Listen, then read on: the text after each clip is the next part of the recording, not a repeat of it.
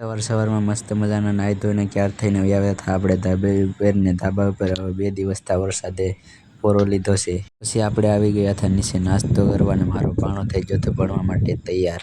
પછી તો અમે ચારે ગાડી ક્યાર કરીને નીકળી જશે કારખાના તરફ. તમે કહેતા હશે કે આ ભાણો પણ ભાણાને મારે મેકવાનો છે નિશાળે. આ છે સુરતનો એક ભૂત બંગલો. તમે કોઈએ જોયો હોય તો જરાક કોમેન્ટ કરી દેજો. પછી તો આપણો દોસ્તાર સવારમાં મસ્તી કરવા માંડ્યો. વાગી ગયા છે 9 ને 9 વાગ્યાની આપણે લઈ આવ્યા છે ચા.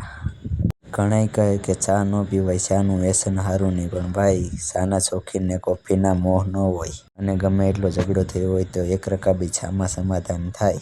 આવી જ રીતે આપણે ફાંકા ફોજદારી કરીને વાગી જશે 12. હવે આપણે બેઠવાનું છે જમવા. આપણે બેઠી જશે જમવામાં છે ચણા બટેટાનું શાક ને રોટલી. વાગી ગયો તો 1:30 ને આપણે લઈ લીધા છે મથાળા મારવા 3 હીરા. મારી જેમ સુરતમાં કોણ હીરા ઘસે છે જરાક કોમેન્ટ કરી દેજો.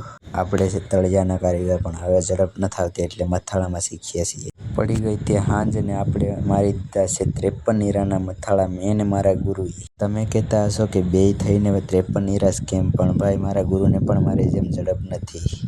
પછી તો હું, વિપુલ ને હાર્દિક ત્રણેય નીકળી જતા ઘર બાજુ. આવડો આ છે સુરતનું એક સિટી બસ સ્ટેશન. ઘરે ભોગી જતા ને બેઠી જશે જમવામાં હતું બટેટાનું શાક. પછી આપણા ભાણિયાભાઈએ કરી દીધા હતા ખેલ ચાલુ. ને આજ માટે એટલું જ. બાકી મળ્યા કાલ નવા વ્લોગ સાથે. તા લગન બધાય મિત્રોને જય શ્રી રામ. જય શ્રી રામ.